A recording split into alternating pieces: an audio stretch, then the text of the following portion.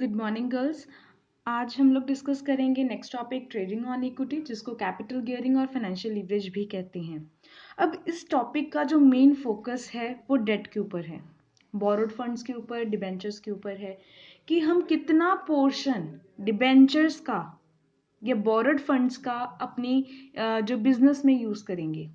Portion of debt in the overall capital, कि जो आपकी कैपिटल है, जो पैसा आपने बिजनेस में इन्वेस्ट किया है, उसमें डिबेंचर का कितना पोर्शन होना चाहिए।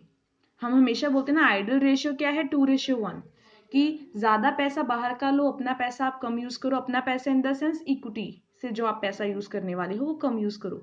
हम क्यों कहते हैं? क्योंकि एक हद से ज्यादा भी अगर डिबेंचर यूज करेंगे तो उसका भी हमें नुकसान होएगा। तो ये प्रॉपर हम with the help of practical आज सॉल्व करेंगे। आगे इन्होंने लिखा है to raise fixed cost capital. Fixed cost capital क्या है? सबसे पहले तो हम ये पढ़ते हैं।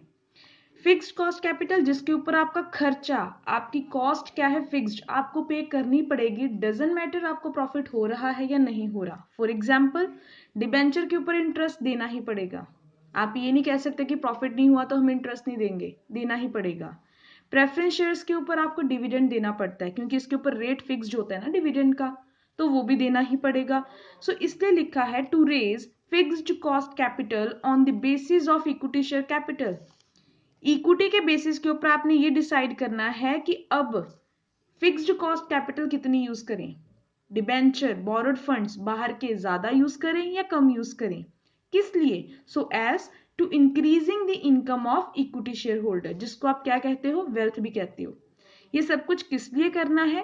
ताकि जो वेल्थ है इक्विटी शेयर होल्डर्स की वो इंक्रीज हो जाए, उनके शेयर के प्राइजेस बढ़ जाएं। ठीक है, उनको हमने मेन, हमारा फोकस इक्विटी वालों के ऊपर है, क्योंकि वो हमारे ऑनर्स हैं और ये तो हमारे आउटसाइडर्स हैं। इसलिए उन्होंने लिखा है कि आपने अब पूरे ट्रेडिंग ऑन इक्विटी पूरे टॉपिक में यही देखना है कि इक्विटी और डेट का कितना पोर्शन जो है एक बिजनेस फर्म में यूज किया जाना चाहिए। आइडल रेशियो क्या है? ये दो कंडीशंस बताई हैं। अब कंडीशंस तो मैंने लिखी हैं, ये किस चीज की कंडीशन है? डेट की, कि आप कितना डिबेंचर यूज करो। अगर तो डिबेंचर ज्यादा यूज करोगे या कम यूज करोगे तो कौन सी कंडीशन आएगी, ये उसके लिए लिखा हुआ है मैंने। फर्स्ट वन क्या है? Favourable financial leverage. फेवरेबल कब होएगा? जब रेट ऑफ इंटरेस्ट वो कम है, रेट ऑफ रिटर्न जो आपका है या रिटर्न ऑन इन्वेस्टमेंट है वो ज्यादा है। ये क्या है? आपकी काइंड ऑफ इनकम है ना। अगर आपकी इनकम ज्यादा है तो फेवरेबल है। अगर आपका रेट ऑफ इंटरेस्ट, आप ब्याज जो पे कर रहे हो, आपकी पेमेंट जो आपने करनी है वो आपकी ज्यादा है, तो ये आपके लिए अनफेवरेबल पोजीशन है। ठीक है, यहां तक आपको क्लियर हुआ? क्योंकि अब हम सम करेंगे तो उसमें भी मैं आपको एक चीज क्लियर कराऊंगी, यहां पे भी करा रही हूं, दोबारा कराऊंगी रिपीट में। ध्यान से सुनिएगा। अगर तो फेवरेबल पोजीशन है, favourable position in the sense, अगर आपको रिटर्न ज्यादा मिल रहा है और आप पेमेंट कम कर रहे हो, तो डिबेंचर जो है आप ज्यादा रेस करोगे। क्या करोगे? डिबेंचर ज्यादा रेस करोगे। और अगर आपकी अनफेवरेबल पोजीशन है, आपको पता है पहले ही कि आपको रिटर्न इतना नहीं मिल रहा, पर आपकी पेमेंट जो है, जो आपने इंटरेस्ट पेमेंट करनी है डिविडेंड के ऊपर या इंटरेस्ट देना है डिबेंचर को, वो ज्यादा है ऑलरेडी, अनफेवरेबल पोजीशन है, उस केस में आप डिबेंचर जो है वो ज्यादा रेज नहीं करोगे। क्या करोगे फिर? डिबेंचर्स को कम रेज करोगे। हम यही बोल रहे हैं कि 2:1 होनी चाहिए। अब जिन बच्चों को कंफ्यूजन है, दोबारा ये लाइन में करा रही हूं। हम ये कह रहे हैं कि 2:1 होनी चाहिए, ज्यादा डिबेंचर लो। पर अगर कहते कि फेवरेबल पोजीशन है फिर तो डिबेंचर ज्यादा अच्छे हैं, पर अगर अनफेवरेबल पोजीशन जा रही है फिर आप ज्यादा डिबेंचर रेज नहीं करोगे। अब ये प्रॉपर कैसे करना है मैं आपको with the help of practical clear कराती हूँ। बुक में एक न्यूमेरिकल दी है, आपने पेपर में भी अगर आपको फाइनेंशियल लीवरेज आता है 4 मार्क्स में, आपको ये प्रॉपर ऐसे ही बताना पड़ेगा। EBIT, अर्निंग्स बिफोर इंटरेस्ट और टैक्स, 2 लाख दी है, और ये दोनों कंपनीज के लिए, कंपनी X और Y दोनों के लिए सेम है। टैक्स रेट भी दोनों के लिए सेम है, टोटल कैपिटल भी दोनों की सेम है, 10 लाख 10 लाख।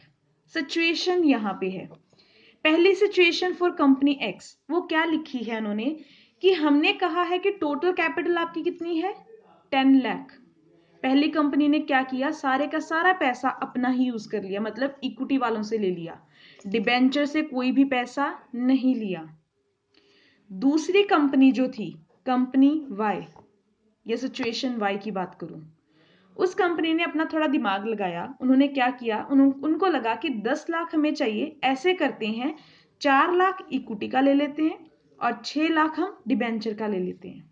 उन्होंने सारा पैसा अपना नहीं यूज किया जैसे कंपनी एक्स ने किया है, उन्होंने कुछ पैसा अपना यूज किया, कुछ पैसा बाहर का यूज किया, यानी कि बाहर का ज्यादा यूज किया 6 लाख।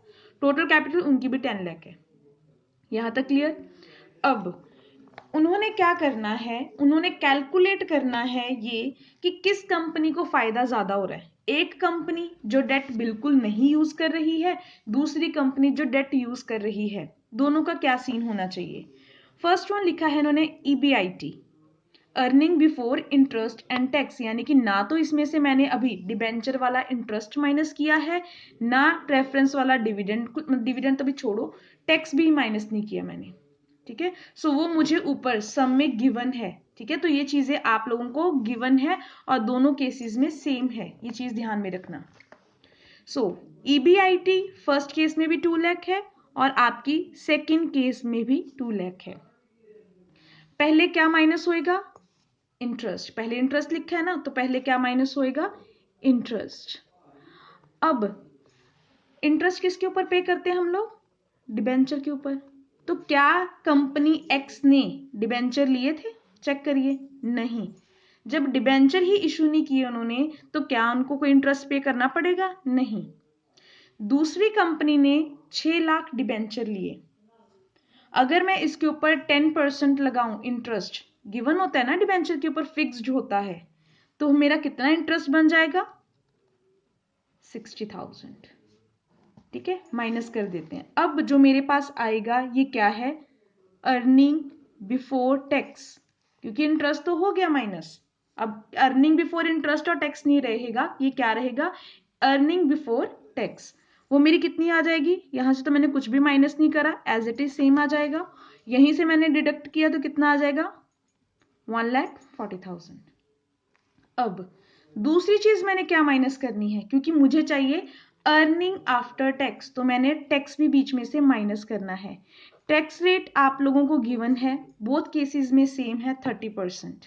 ठीक है, सो 30% आपका इंटरेस्ट जो है, सॉरी टैक्स सेम है, तो मैं इसके ऊपर अगर 2 लाख के ऊपर लगाऊंगी 30%, 3 to the 6, ये आ जाएगा आपका 60,000। और 1,40,000 के ऊपर अगर मैं 30% लगा रही हूं तो मेरा कितना आ जाएगा, 42,000। अब मेरे पास ये आ गया अर्निंग आफ्टर टैक्स, क्योंकि इंटरेस्ट भी माइनस हो चुका है इसमें से और टैक्स भी माइनस हो चुका है। और माइनस करने के बाद मेरे पास जो अभी फिगर आई है वो है 1,40,000 और ये आई है 98,000। बस यहीं तक निकला है, पर काम हमारा यहीं पे खत्म नहीं हुआ, अभी हमने और भी आगे निकालना है। चेक करते हैं सबसे पहले। अब हमने मेन मुद्दा हमारा क्या है, हमने EPS चेक करनी है, अर्निंग पर शेयर, क्योंकि मैंने आपको डेफिनेशन में एक चीज कराई थी, मेन फोकस किसके ऊपर है, wealth of the share holder, share holders की अर्निंग को इंक्रीज करना है। तो पहले मैं चेक करूं उनकी अर्निंग्स कितनी आ रही है, EPS कितना है। EPS का फॉर्मूला है EAT, earning after tax, divided by number of equity shares. EAT कितना है हमारा, सबसे पहले हम EAT चेक करते हैं, अभी निकाला, पहले केस का निकालती हूं सबसे पहले मैं, 1,40,000 divided by number of shares. अब शेयर्स 10 लाख दिख गए यहाँ पे, ये हमारी है कैपिटल। अगर मैं इसको 10 ईच डिवाइड कर दूं तो मेरे शेयर्स कितने आ जाएंगे, 1 लाख। ठीक है, यहाँ पे क्लियर हो गया, तो ये मेरे शेयर्स आ गए 1 लाख। अब इसको डिवाइड करने के बाद जो मेरी अर्निंग्स आई हैं वो है 1.40। ये किस कंपनी के केस में है, ये कंपनी फर्स्ट एक्स के केस में है।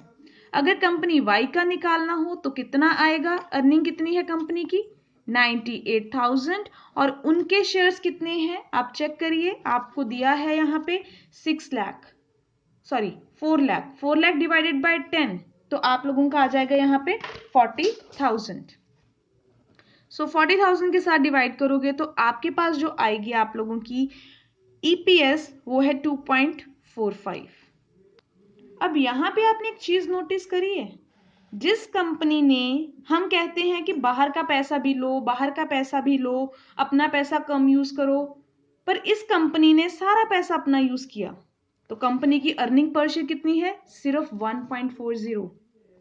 और जिस कंपनी ने बाहर का पैसा भी यूज किया है, डिबेंचर भी यूज किए, उनकी अर्निंग्स चेक करिए कितनी है, ज्यादा है।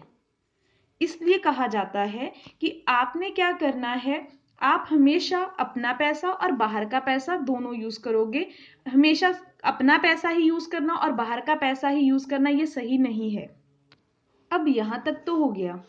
हमने आपको एक चीज बताई थी, फेवरेबल